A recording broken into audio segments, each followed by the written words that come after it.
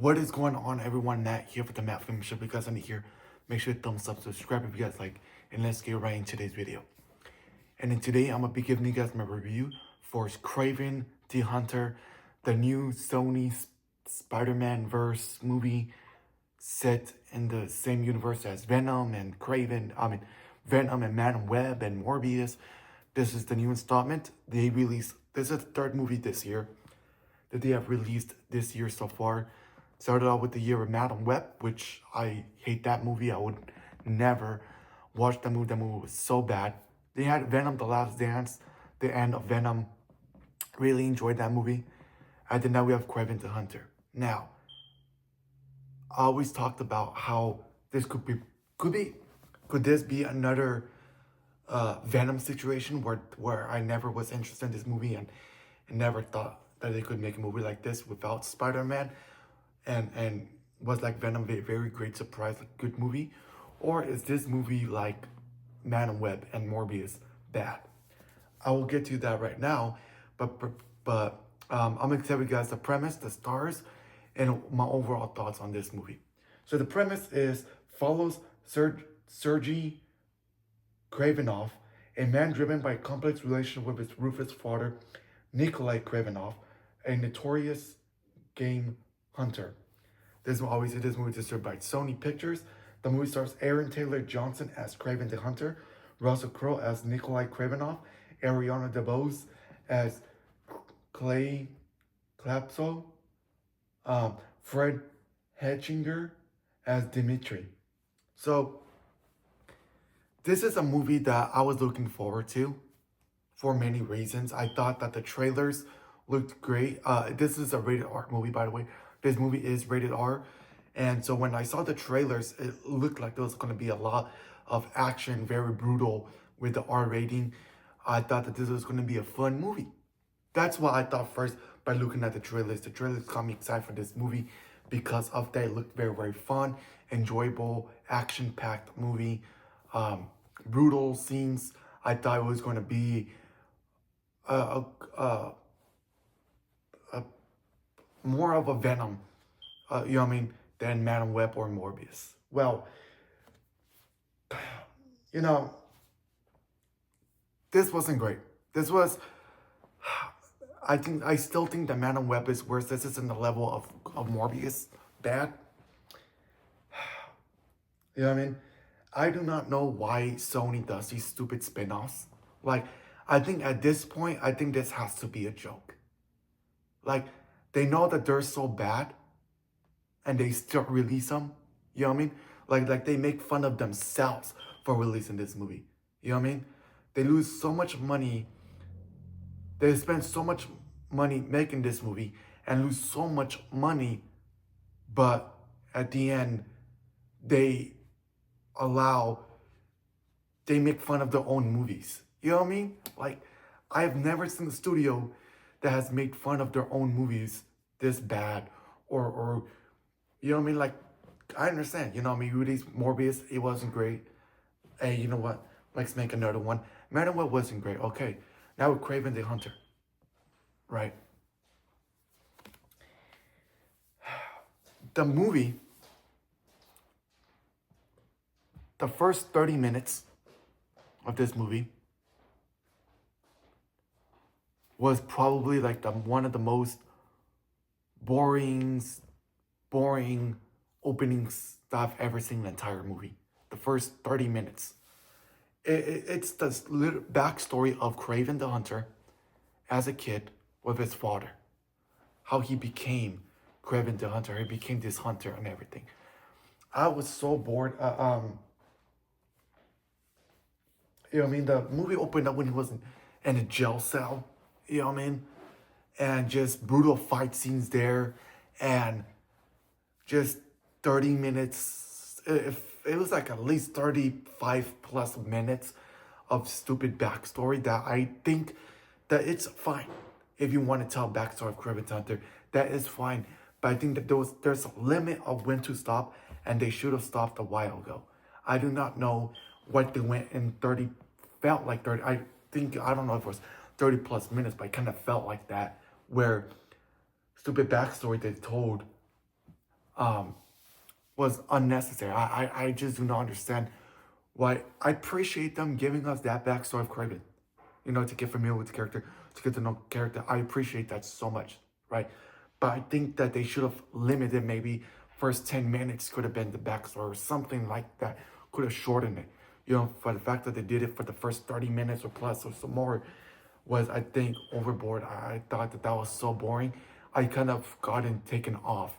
I was kind of like shut off by the movie because I was like, you know what? This movie is so boring. Like this whole 30 minutes of the opening scene, the backstory is just, I'm so bored of this movie. You know what I mean? And it kind of felt like that for me. Like I was just so, watching this movie just got me so bored of this stupid 30 minutes. You know what I mean? Uh, Aaron Taylor Johnson plays Kraven the Hunter. And I really appreciate him as an actor. I think he's a very terrific actor. He played Quicksilver in the MCU. In Avengers Age of Ultron got killed off. That he was great as that character. And he was in Bullet Train with Bad Bunny and Brad Pitt, which I thought he was great too. I really, really enjoy Aaron Taylor Johnson. I think he's a terrific actor. And he did his best. Right? He tried to do his best here. To be the best actor he possibly can. And he did, you know what I mean? But at the same time, this was not the movie for him. You know what I mean? I really do feel bad for Aaron Taylor Johnson and everybody who worked on this movie, because I understand that they're here to get paid, and always it's money. You know what I mean? They're gonna do whatever they want to get money. I'm sure they got paid millions of dollars to make this movie, to be and to star in this movie. But man, dude, I just feel so bad for Aaron Taylor Johnson, Russell Crowe, Ariana DeBose, just them being in this movie, getting paid to just for like a bad movie. You know what I mean? Man, this as of right now,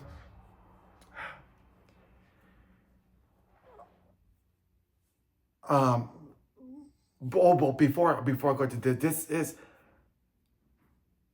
I do not know what thought of Sony's mind to make these stupid spin-offs.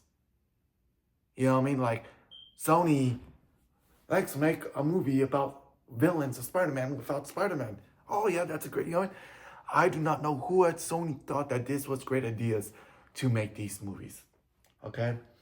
The brother was played by Fred Henchinger, who plays Dimitri's brother.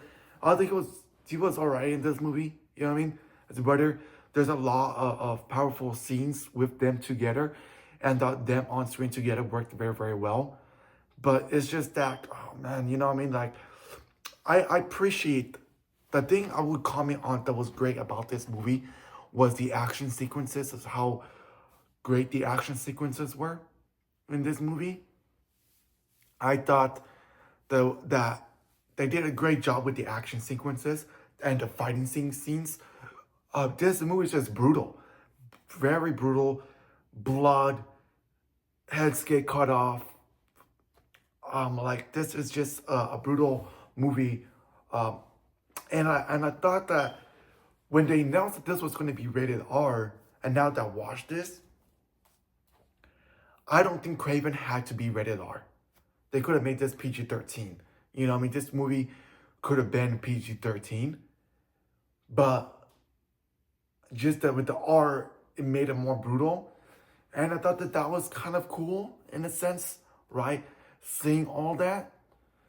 But it didn't have to be there. They didn't have to make this rated R. It was their choice, and they chose to make it, and it is what it is. I don't. This is not doing good in the box office. Just Sony announced that they were gonna pause on the spin-offs.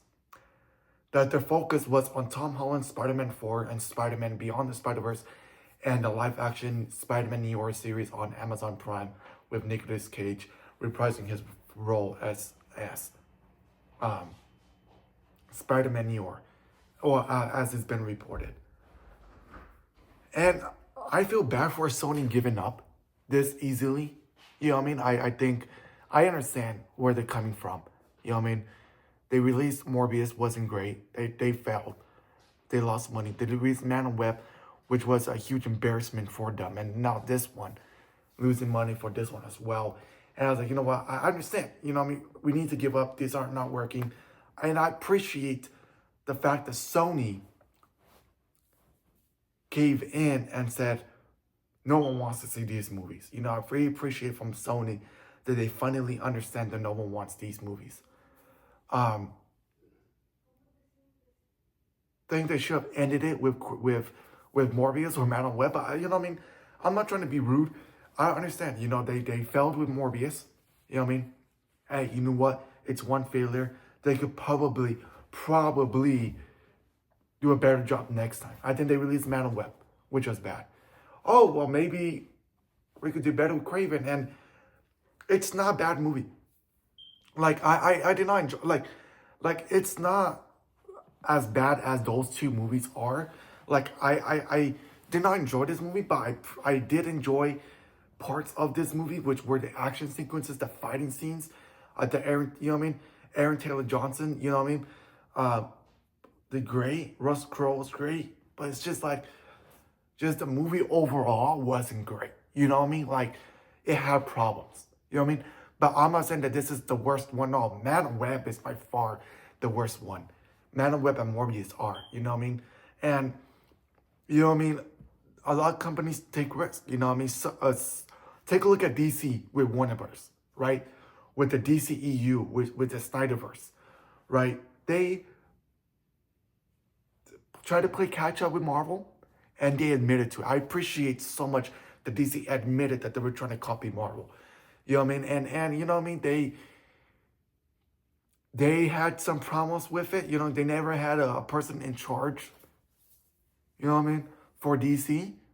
And they were just trying to catch up to Marvel, trying to do whatever they can. And I think that some of their movies were not bad. I enjoyed some of their movies. I enjoyed Wonder Woman. I enjoyed Man of Steel. I enjoyed Zack Snyder's Justice League. I enjoyed The Flash. I enjoyed Aquaman. Aquaman, The Lost Kingdom, Shazam, Fear of the Gods. I enjoy a majority of all their movies. You know what I mean? There was a couple of them that I did not enjoy, but I enjoyed a majority of all the DC Snyderverse, DCEU films. And I appreciate, you know what I mean? And they treated Zack Snyder really bad. They treated Henry Cavill bad, Gal Gadot, and all these actors really, really bad. They never had the time to shine. And it's kind of the same situation here with Sony, where they've done a lot of bad. Great, decent with Venom. I think it's bad, and I appreciate that they have learned the lesson. You know what I mean? They have admitted that they haven't been doing good, and I appreciate that very much from Sony. I hope that Sony learns from their mistakes, and if they decide to reboot this franchise in the future, hire better writers. You know, hire writers that know how to write scripts and know how to do better movies. Hire great directors. You know what I mean? I think I would say to Sony is to do that. You know what I mean? I'm very disappointed with Kraven because I thought that this had potential. I thought this could have been a better movie. This could have been the best. I think this could have been better than all these Sony Spider-Verse movies. But fortunately, they had to end it like this. You know what I mean? But you know what I mean? There was another rumor that I saw with Sony giving up, but Sony selling the rights back to Disney. I saw that rumor. I don't think that that's not gonna. I want that to happen. I'm sure everybody wants Sony to just give up Spider-Man, to give it to Disney and Marvel Studios. And I think that Disney and Marvel Studios will do an amazing job with Spider-Man. Probably will do way better movie they would probably do a way better Kraven the Hunter movie than Sony, right? Or what case may be, or whatever the plans they have with Spider-Man. You know, unfortunately, right now, Spider-Man is owned by Sony, and Sony is letting Marvel Studios and Disney, use Spider-Man for the MCU. So since they can't use Spider-Man, they have all these villain movies that they're trying to do so they don't lose the rights. And unfortunately, it's not working out for them. And I think, I think it's time. I think for Sony to give the rights back to Disney, and maybe Disney obviously will do 10 times better with Spider-Man than Sony did. And I think it's just a sign that she was like, you know what? We can't do nothing. Just get the rights back. But at the end of the day, I want them to continue, but to make better movies. I want them to continue making these movies, but for them to do great. I don't want these movies to be bad after bad after bad. You know what I mean? Failure after failure after failure. They need, They need a plan.